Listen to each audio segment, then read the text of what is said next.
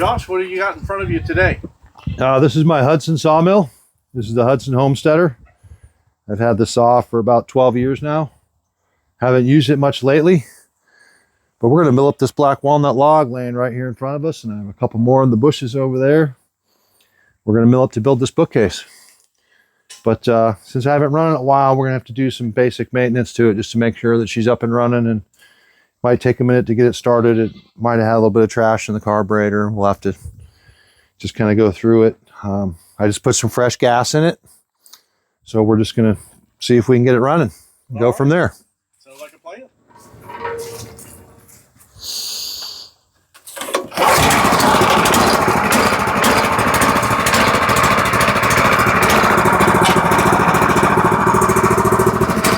So, like I said, it's been a few years since I started it. I didn't expect it to start right up, but I did drain all the gas out of it the last time I put it away, knowing it might be a while. It's really no surprise that it fired right up.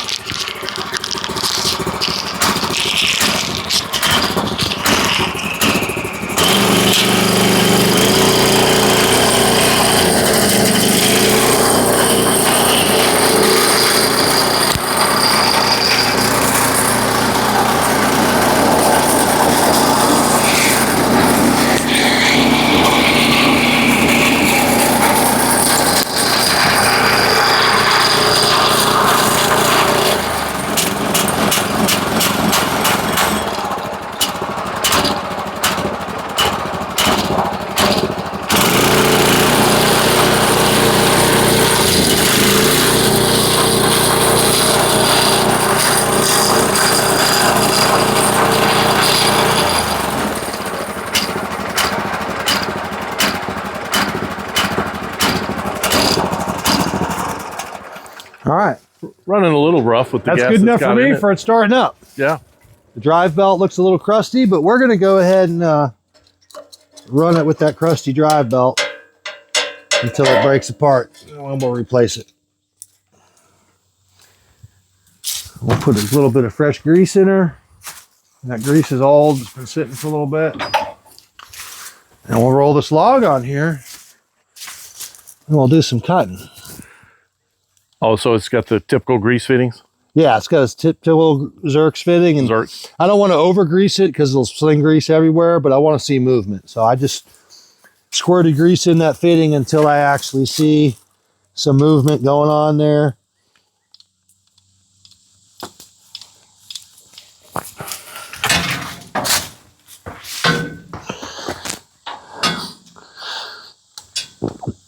The saw is made in America. There are distributors locally here in Kentucky, just a few hours away. Had a lot to do with why I bought this particular model and brand, just because the manufacturer is close. If I need something, I can get it. Most of these parts that are on the saw are standard on all sawmills. The wheels, the belts, a lot of it's all pretty typical stuff. So first I've got to get my log dogs adjusted. I'm going to clamp this log down right here in the middle. So I'm going to take the two of these and move them back a little bit.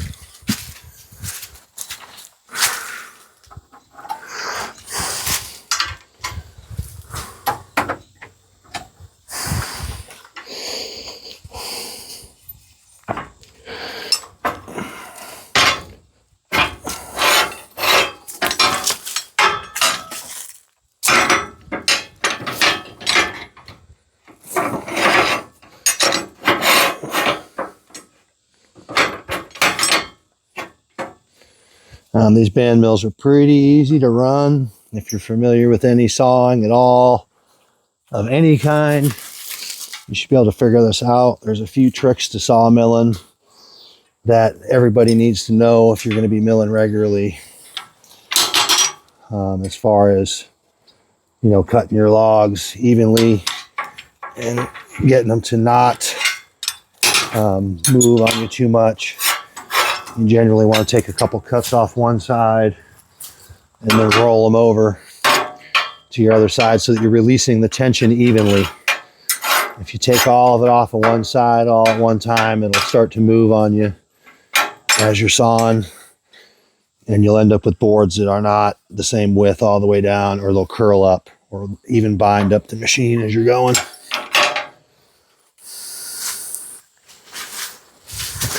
Now let's give everybody a quick little kind of short summary of why the bandsaw today and for what project. So I've got a custom black walnut bookcase coming up, and I've been hunting around trying to find some black walnut locally, but the market on lumber is not doing well at the moment. So the prices for black walnut are down, and because the price is down, people aren't selling. They're going to wait until the price comes back up. So there's just not a lot available locally right at the moment. And so that's what we're going to be doing, is milling this up into boards that we can use to build this bookcase.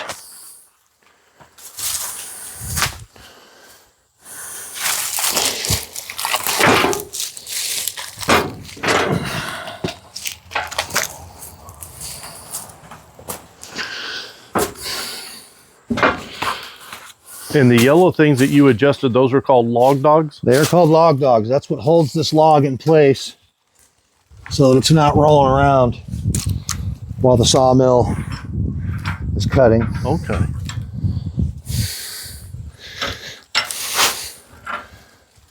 So there's a certain width log that you can do with these? This saw will handle up to a 21-inch log. Okay. Because that is the maximum width you have between the rails here. And it will cut up to a 19-inch board. Pretty typical for a saw of this size.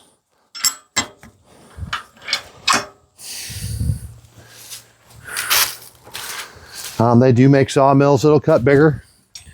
This is definitely not the biggest saw that you can get, but plenty big enough for what I wanted to do.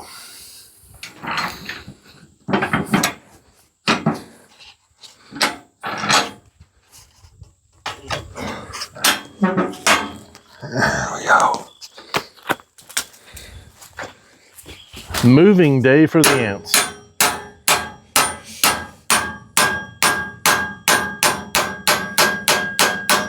This log's been sitting there for a minute. Something I shouldn't have done, but it happens.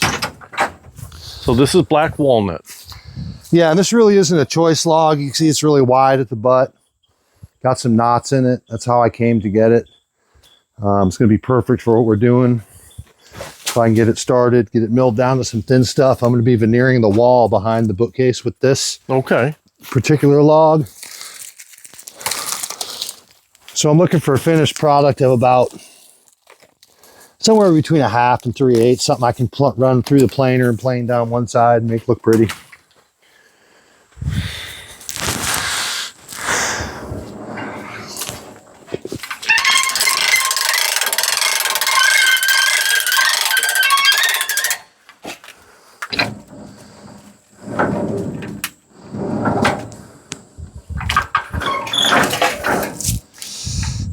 All right.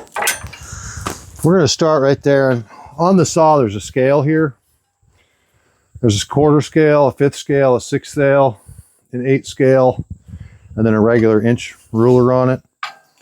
It's really only relevant until you get going, which exactly you're going to do, whether you're cutting 1-inch boards or 2-inch boards, 4/4, 5/4, 6/4, whatever you're going for. I generally use just the 1-inch, the regular ruler part of it. And once I get down to a surface that I'm happy with, what I'm really going to be going for here is about 1/2 to 3/8 by 6 inches wide. Oh, okay. So my plan with this is going to take slabs off until I end up with a 6x6 or 6x8 or 6x10. And then, so once I get this whittled down to 6 inches thick, I'll take a couple slabs off this side, rotate it 180 degrees, got a couple slabs off that side, try to stay where I'm within 3 inches of the heart of the log, so I have it tensioned evenly and all that. And then we'll go from there. And I'll probably use some of these outer boards, maybe. You can see it's been sitting on the ground and between the ants and the beetles, they've probably eaten the majority of the sapwood. I doubt there'll be any white wood at all in this. I think it'll all be black. We'll just see when we get into it. But I'm ready to get going, other than the sun has beat up my water tank and it will still hold a little bit of water.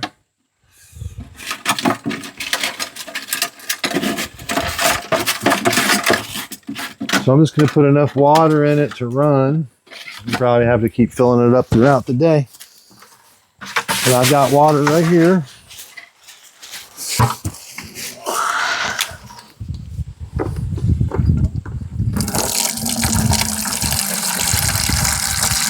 Oh, rain catch. A 250 over here. You never have too much water. I wouldn't drink this without running it through the Berkey because it is rainwater. It hit the roof. There's bird poop on the roof and in the rain gutters and all that kind of stuff. It's plenty good enough for this.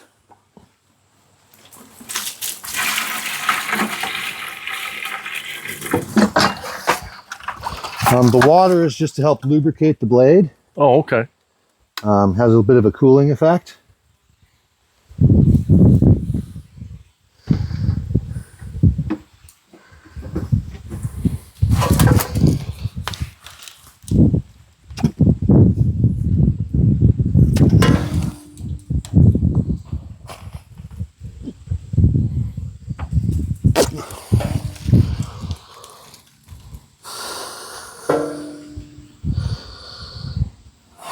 Okay, I'm gonna fire it back up and get started.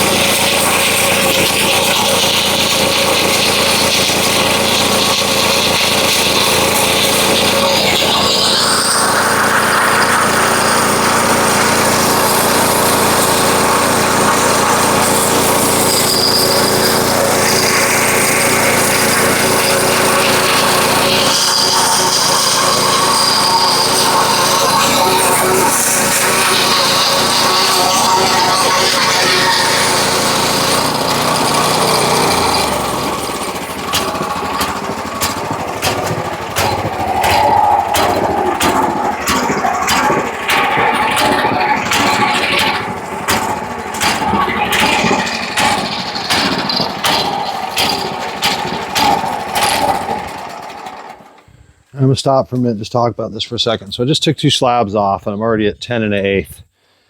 That means I'm 10 1/8 off the deck. So what I have there now is 10 1/8 thick. If I take one more pass off of it, that'll be 9. If I take 3 passes off the other side, that'll be 6. So I'm looking at the heart of the log. The heart's closer to the other side than this side on this end. And the heart's closer to this side on this side. So to kind of split the difference, that's all I'm going to do is take one more pass off this side at 1 inch thick. Then I'm going to rotate it over and work it down to where it's 6 inches. And we're going to stand it up on edge and start pulling 1/2 inch strips off of it. And what I'm trying right now, if we did that, we'd only be getting this much of it. That would be a clean 6 inches. I see. So if I take 1 more inch off, I'll get down here and that'll probably give me 8 inches that I can work. So one more pass on this side and then we have to flip it.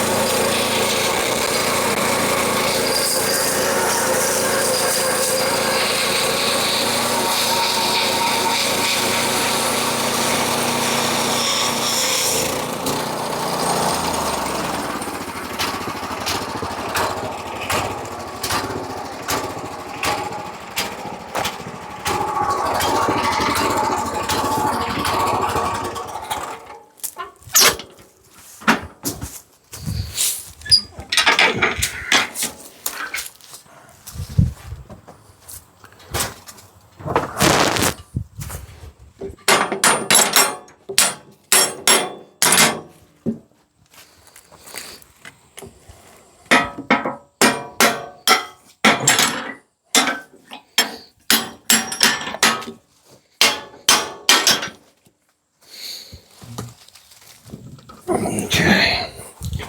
I'm only going to rotate it 90 degrees at this point. Oh, okay. I'm going to try to take off some of that big hump there at that end. At the base, Because it's not going to be worth anything anyway. So I'm just going to go ahead and get that out of the way.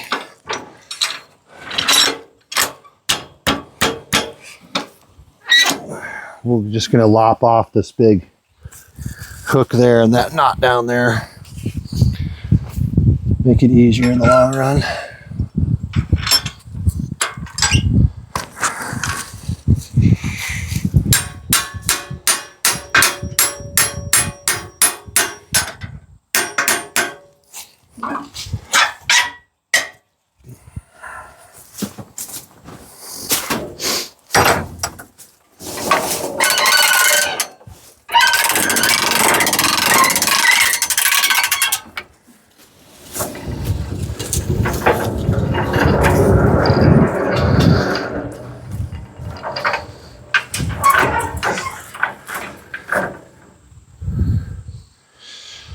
That's probably a good start right there. It's right about where we were on the other side.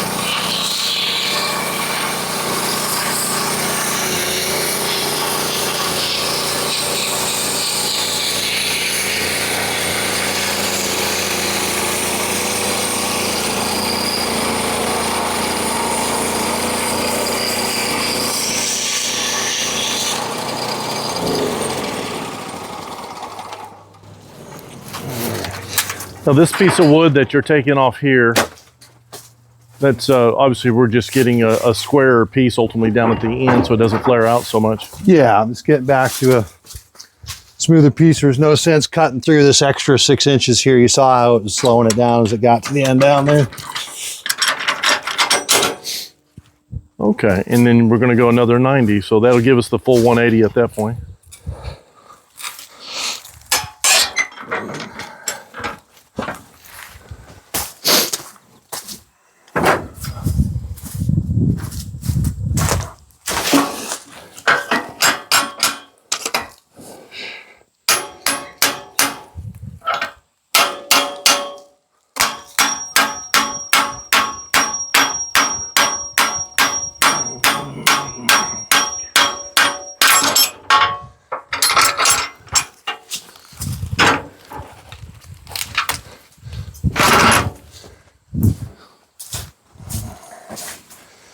And you got a nice flat surface now. Now I've got a nice flat surface to work with on 2 sides. I won't have to dog it as high.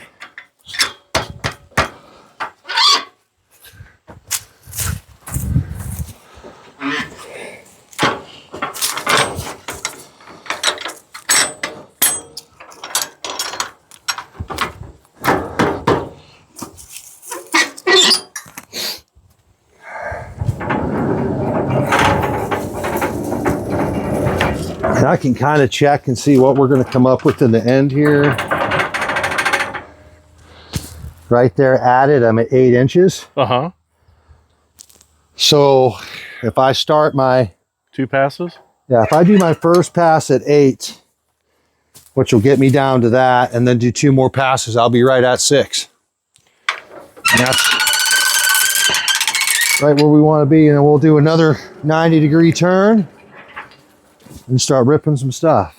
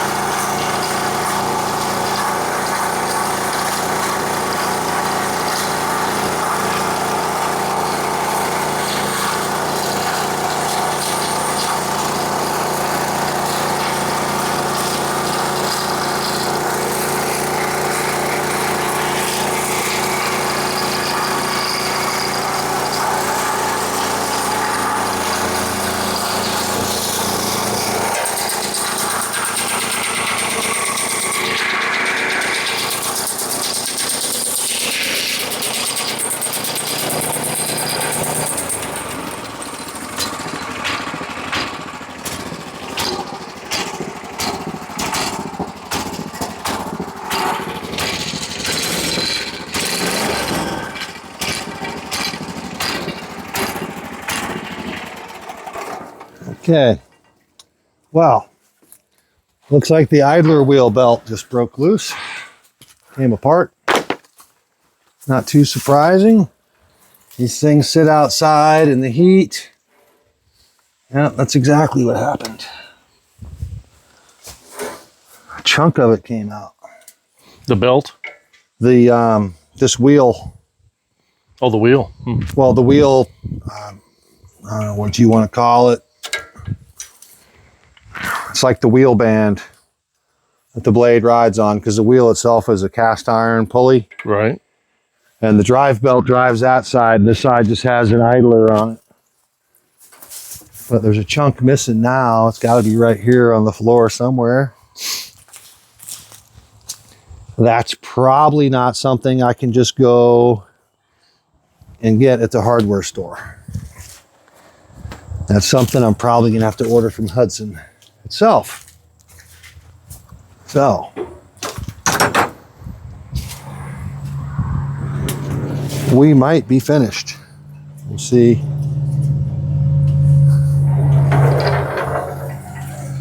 There it is right there.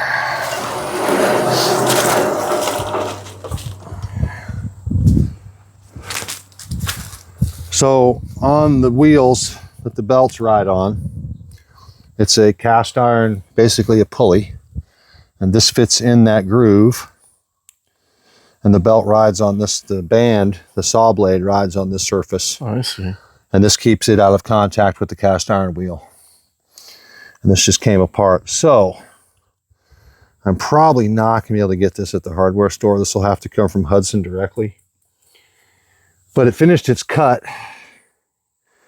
I have a half a mind to get me some electrical tape and just tape it back on there and see how far we get. Because this will take at least a couple days to get this. Danville is where it came from. Danville's just a couple hours up the road. At the very least, I'd have to drive to Danville to get it. But I'll call them today and see what I can do about getting one. Right. If they can ship it to me in a couple days, I'll wait. If not, I'm going to Danville tomorrow. So let me go get my electrical tape. I'll be right back. Always run your saw with your guards on. You know, they're here for a reason, to protect us. This thing is razor sharp and it has no forgiveness. How much forgiveness, Josh? None. Zero. It doesn't care about your feelings? It does not care about your feelings. Blood and guts don't bother it. It would cut you to pieces and leave you in a big bloody pile in a split second. Oh, always leave your guards on. I never run it without the guards.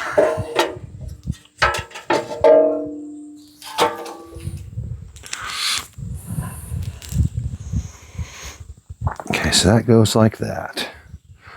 So if we start the tape, go around like that, we should be okay.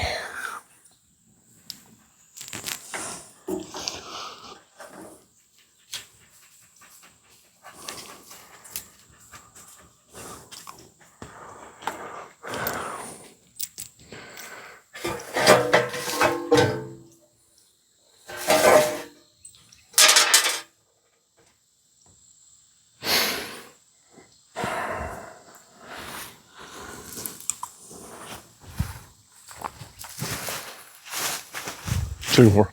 Where'd that roll of electrical tape go off to? You put it on the bar there in front of you. Camouflaged right in there, man. Did. Plus you're minus a tooth. So I am minus a tooth today, man. I might be a little lightheaded. don't operate heavy machine. Well, I haven't taken any painkillers, so. No, you haven't. No. The Novocaine is long wore off.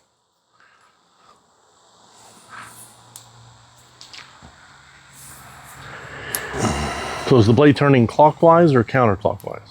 That depends on what side of the saw you're standing on. So from the side you're pushing, which is the other side. It is spinning counterclockwise. Okay. So you want to put your tape on in the opposite direction? Yeah, I want to put it on to where Kind of like plumber's tape in that sense. You exactly. I want it to feed, not pull. Right.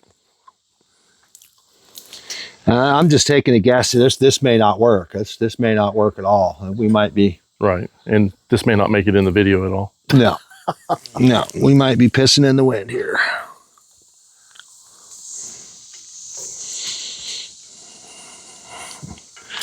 So far, it's not being cooperative.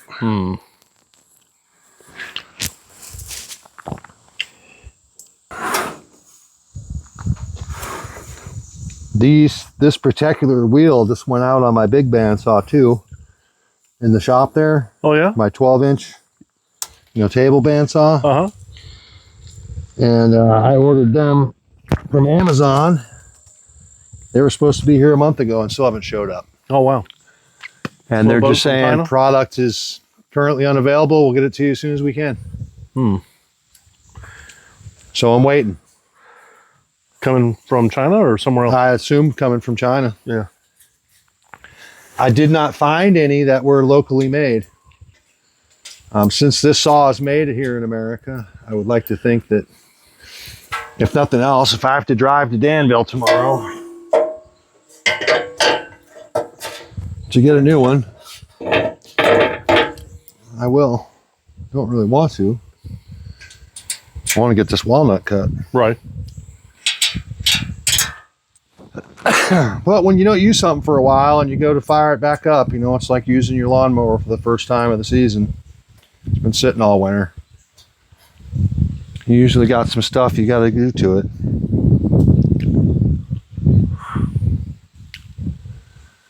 I almost sold this thing a couple years ago. Oh, did you?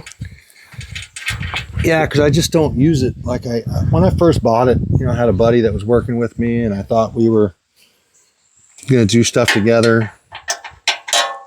He was originally supposed to pay for half the machine. We were going to do a full partnership, and he never came up with his half, and then we kind of quit doing stuff together, and this is really a lot of work for one guy. Right. Cutting the logs, loading the logs, getting them here to the mill, loading them on the mill, humping all this wood around. It's a lot of work.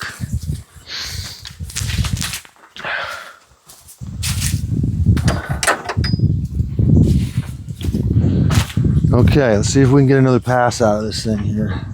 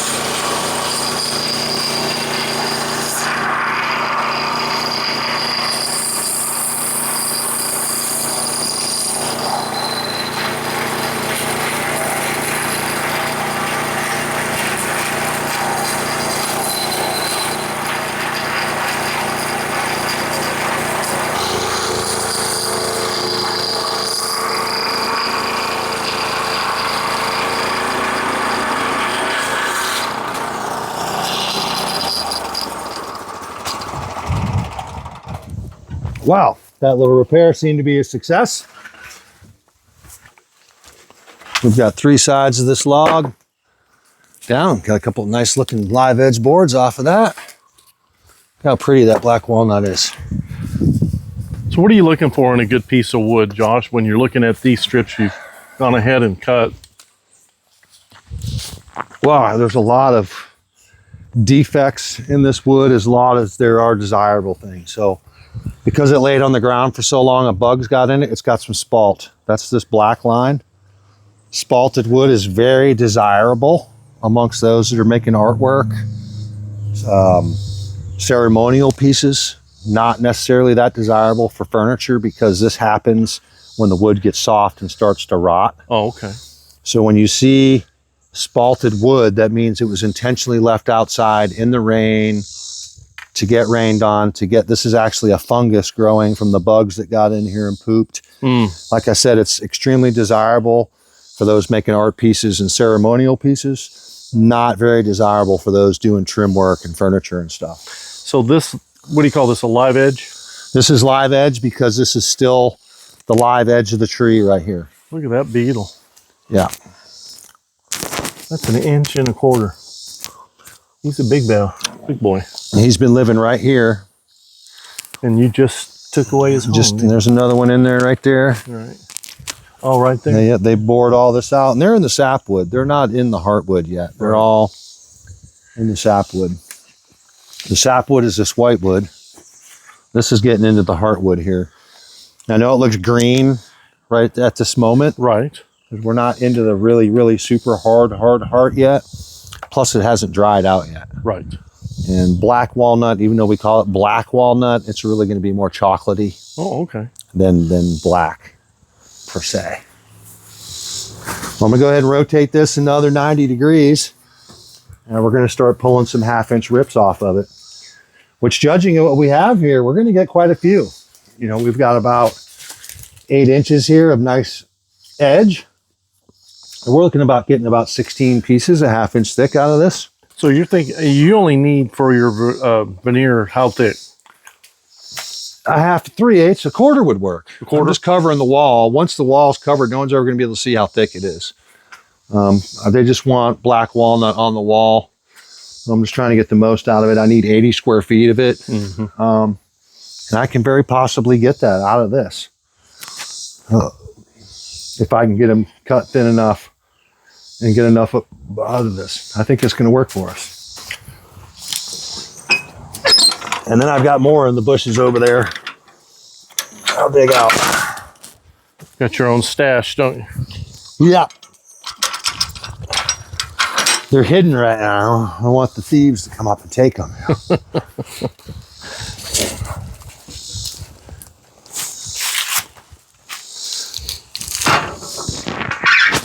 And I know I make this log look light, like you see me throwing it around. It's actually quite heavy. You always want to be careful not to pinch your fingers. All this steel is hard. All the edges are sharp. And if you were to drop this log on you, which right now probably weighs a couple 100 pounds, would certainly relieve you of a digit if you were not careful. It ain't hard enough. Again, this video is strictly for entertainment purposes only. It's not an instructional video. I'm not showing you how to run a sawmill. I'm not telling you to run a sawmill. I'm just showing you what I do. This is what I do, and this is how I do it. If there's an expert out there who doesn't like the way I'm doing it, knows better than me, get in the comments. Let me know what I'm doing wrong. I'm always open to advice.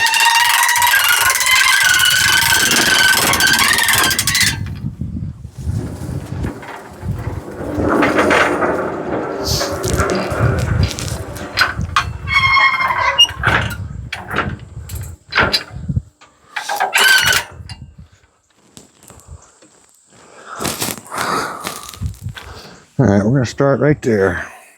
Oh wait, my repair held. See how long it holds.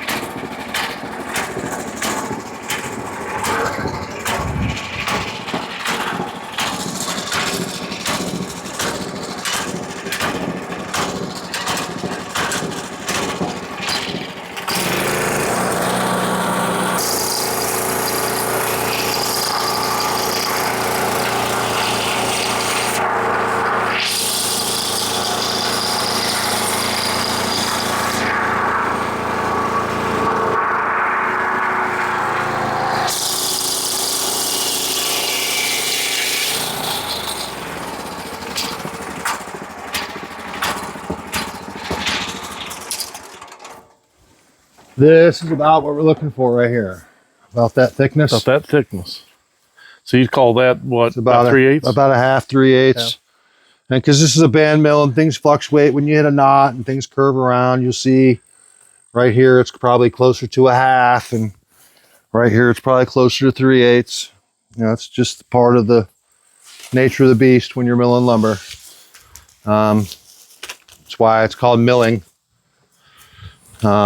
Even when they mill trees at a commercial level down to a 2x4, you know, they start out with bigger and run it through a planer to get it down. So that's what I'll have to do to these. Once I get all of them, I'll run them through my surface planer, at least make one side of them pretty, and make sure they're all consistently the same thickness. Right. And my planer will plane down to 1/8 of an inch. So I should have plenty of meat there to get it right. I'm gonna take one more pass off this side, and then we're gonna rotate it 180.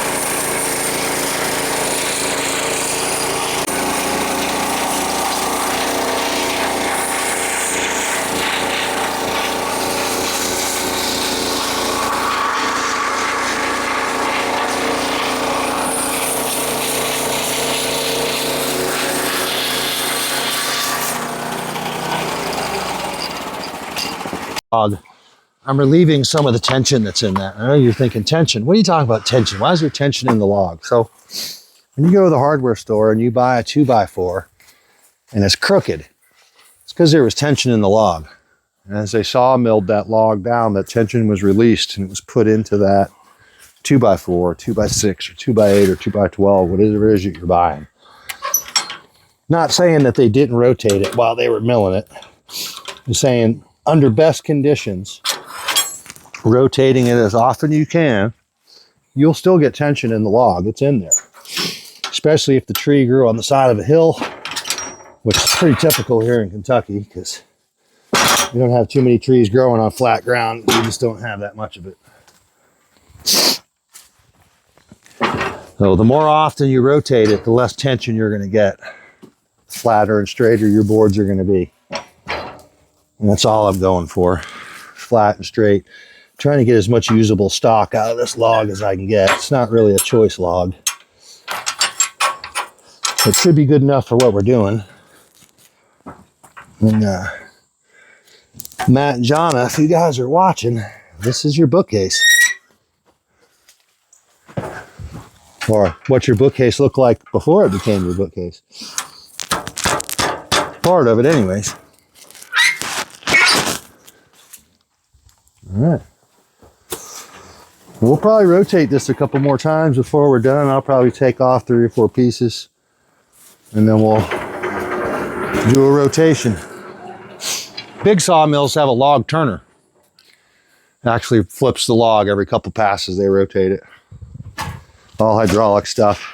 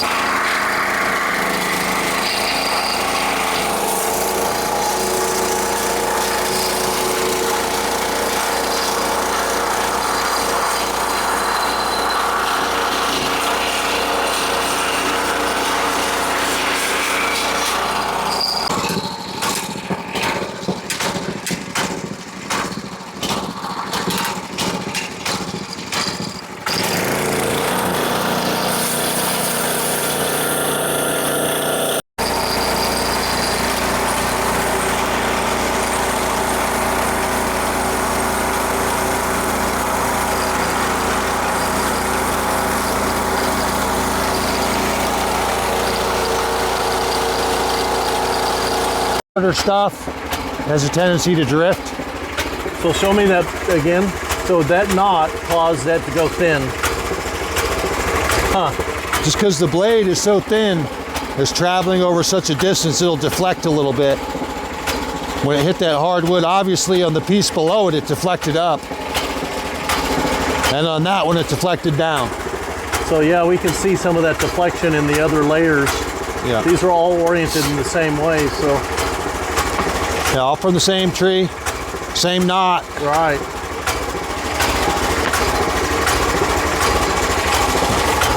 It's one thing you gotta take into consideration when you're milling wood is you need to allow some extra for that so you can plane it out, sand it out. So that knot deflected the blade. Yes. May not have deflected as much if I'd have put a brand new band on.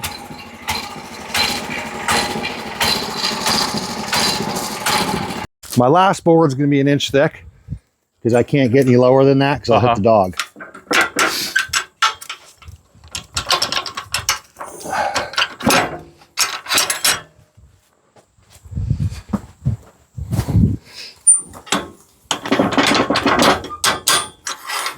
Yeah, when you're doing veneer, you get a lot out of a log. Oh yeah, the thinner you're cutting it, Yeah. the more you're gonna get. That's kind of the whole idea what I'm doing here is I'm trying to get the most out of this log as possible. It's really not a choice log by any means.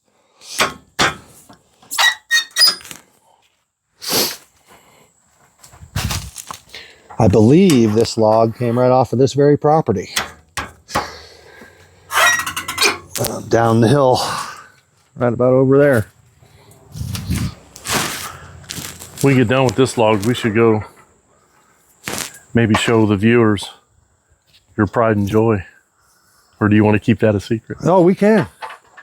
I'll never cut it down. No. No, that tree is going to live here longer than I will. It's been here longer than me already. It's going to be here long after I'm gone. That tree's older than the United States. Yes, it is. Older than the United States itself. Piece right there and turned up on edge. Cut a bunch of strips off of it, but we got, let's see here. What do we get? 1, 2, 3, 4, 5, 6, 7, 8, 9, 10, 11, 14. We got 14 pretty usable pieces there. That's still not going to be enough to cover the whole alcove. 2 of these together, you know, since they're 6 inches wide, 2 of them together, 8 feet long, you know, we're looking at 8 square feet right there. Mm-hmm. So it'd really take 20 of these to get the 80 that we need. And I've only got 15, so it's a little short of the 80 square feet. So in the next logs, we'll have to cut some thin stuff off the next ones, but I think they're 12s. So they'll be a little longer. I really only need 6 of this, so there's going to be waste. It's definitely not going to be enough to complete that part of the project, but it'll be a good start. Be a good start, won't it? And even though it's been sitting out here, there's still moisture in it. As you can feel it, you can tell by feeling it, that there's still some moisture in there, especially in what you see that's green. Right. That will turn chocolatey brown as the moisture comes out. So.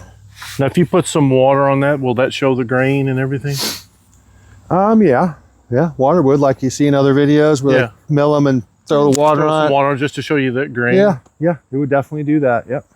And then this will eventually get stained, won't it? No, this is just going to be live wood. Non-stained. Matter of fact, I've got a piece here that's already finished. I can show you. I'll show you what the finished product's going to look like.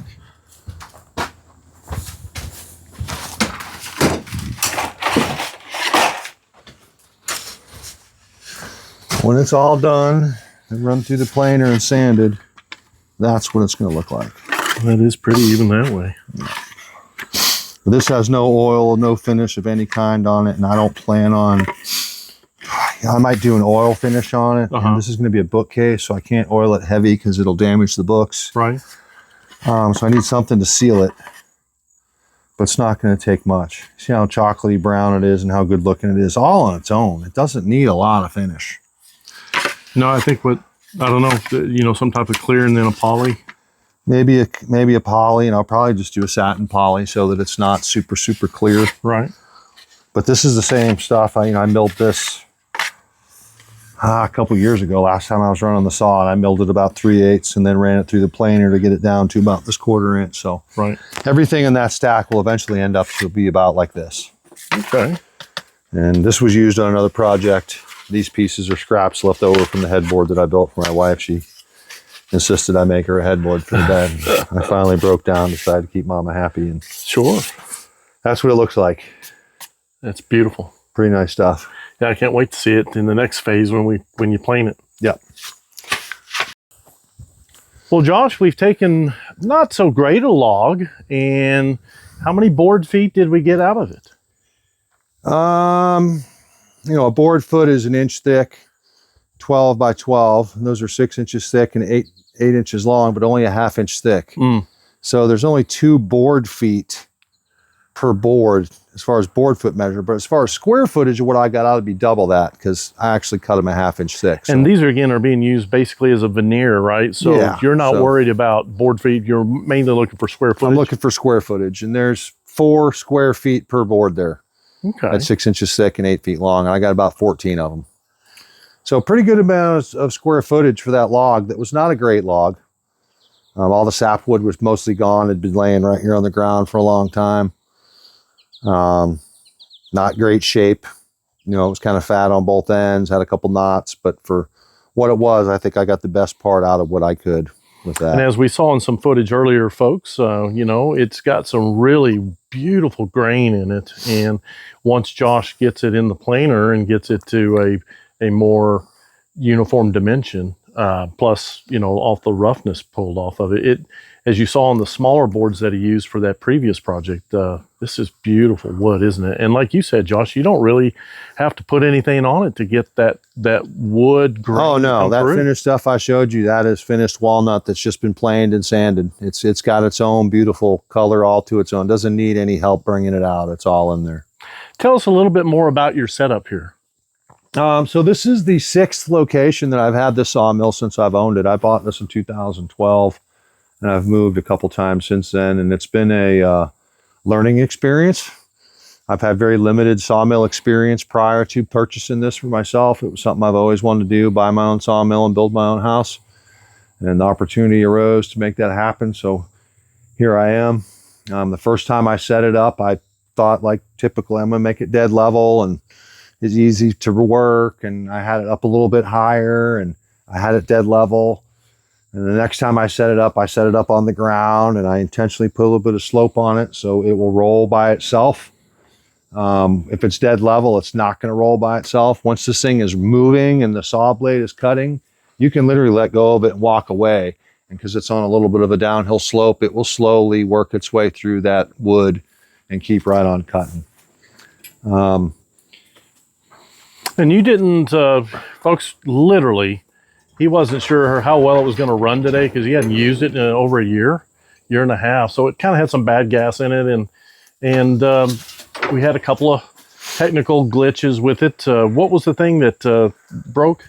So the idler belt or the idler block on the idler wheel, the rubber that goes over the steel wheel so that the blade isn't in contact with the steel, it's on that rubber, came apart on me.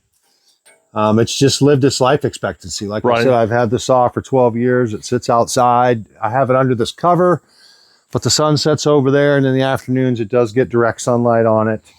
Looking at it, it's hard to believe it's 12 years old, as shiny as it is, but it's been under this cover. I keep it covered in grease. And you were saying probably it would have made a quicker cut if the blade had even been changed out. Yeah, I didn't even change the blade out. And if I'm not mistaken, the last time I was milling, I might have been milling in that piece of poplar there and hit a nail. And just stopped. I do have 3 brand new bands for it, but I didn't put it on because this one was cutting okay. A little slow, but was making nice cuts. So I just left it on there, only because they're a disposable piece. You can get them sharpened for $5, but a sharpened one doesn't cut as well as a brand new one. So I tend to have a tendency just to throw them away and buy a new one. They're not that expensive, $20. But I figured I'd get all the life out of it I could before I changed it out. We probably will change it before we start on a fresh log, just because. And so you've had this particular mill for a while. Yeah. Any idea what these are going for today?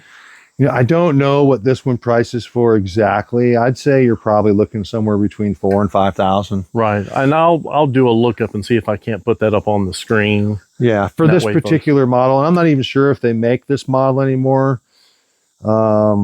This model, when I got it, I think it was called the HE25 or something like that, or the Homesteader. HFE21 is the model.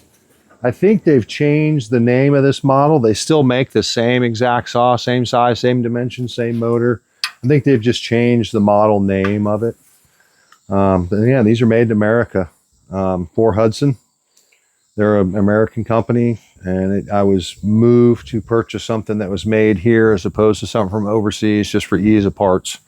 Things do wear out. I mean, these things, it's just an abrasive, harsh environment out here, and things wear out. Just like that belt broke on me today, and the drive belt needs to be replaced. The water tank has been beaten up by the sun. All these are replaceable things. Most importantly is keeping the oil trash in it. And like Brian said earlier, I haven't run this in a year or better, and it did start the first pull, which was kind of surprising, but I did drain all the fuel out of it when I put it away.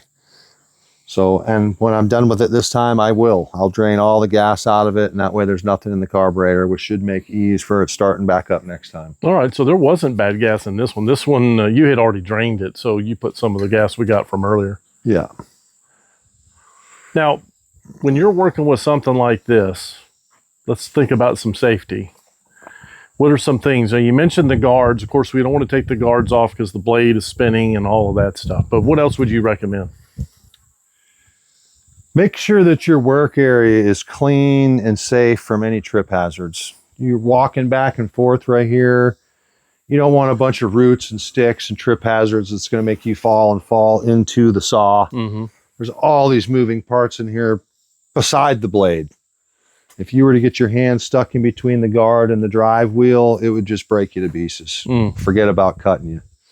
It's not that heavy, but if you did get this to fall over on you because you tripped and fell and pulled it over on yourself, you can see I can move it. You could be in a bad way out here. And of course, eye protection. I wasn't wearing any eye protection myself. All the sawdust is shooting out that way. But if you have very sensitive eyes and you're not sure, wear eye protection and even a mask, especially with the black walnut. It is an irritant to your respiratory system because it's so high in tannic acid. If you inhale the fine dust, you will know it.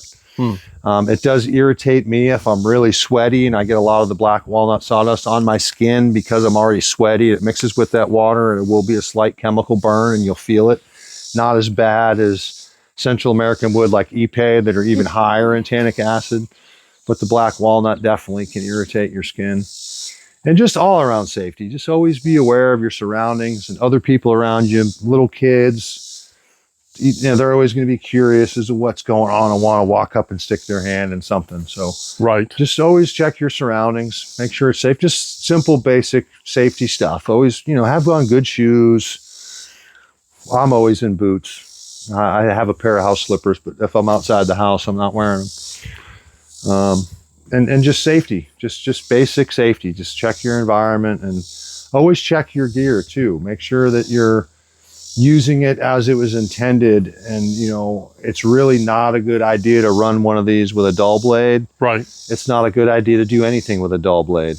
A dull blade is more dangerous than a sharp blade always. Doesn't matter if it's on a knife or a chisel or a planer or a saw, because you're going to be pushing harder and then it's going to slip, and we're just a bag of meat and we cut really easy. We bleed like crazy. We sure do. We sure do. And what other tools did you use today with this? Just basic wrenches. So when I set the sawmill up, I set myself up a little tool spot over here where I have every wrench for every nut that's on this machine. There's not a wrench missing. Everything is up here. I have a grease gun because I always grease it every time I start. I have a nice little worn out brush for keeping the track and the wheels dust free. I have a torque wrench right here, and I have the socket that goes with the torque wrench right there, and the torque wrench is used for blade tension. From the factory, they say that the maximum tension you should put on this blade is 35 foot-pounds of torque on the tensioning nut, and I never use that. I'm only using about 15. I don't think that you need 35. I don't think it's necessary. I think you're putting the saw through extreme conditions when you're tightening up the band that tight. Anywhere between 15 and 20 should be plenty. If you want to do 35, do 35 if it makes you feel good. But I don't think it's necessary. Well, for this phase of the project, you've got some wood. You've got some other logs that you can bring into play to get the amount of square footage that you need.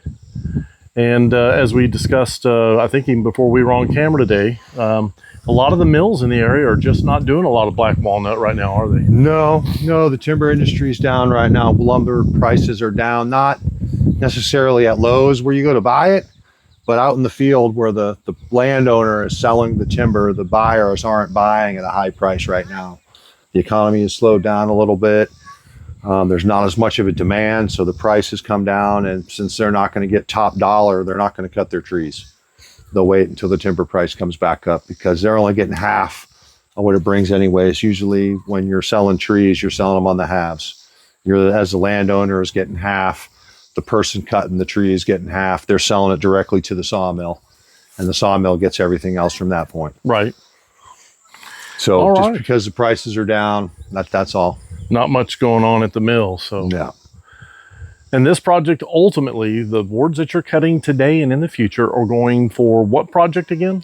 They're going for the black walnut bookcases in the library. All right. Yeah, which you'll hear us talking about the library job. We may even have some other footage from that same job, that project, other phases of it already out there that you may have seen. But that's what this is going for. Cool. All righty. Well, Josh, thanks again for another great video on, in this case, milling wood. Yes. And subscribe if you haven't already. Like this video if you do, and if you don't, like it anyways. Odd jobs, hijinks. Odd jobs, hijinks. Take care. Look, I think I look handsome no matter what you put me next to.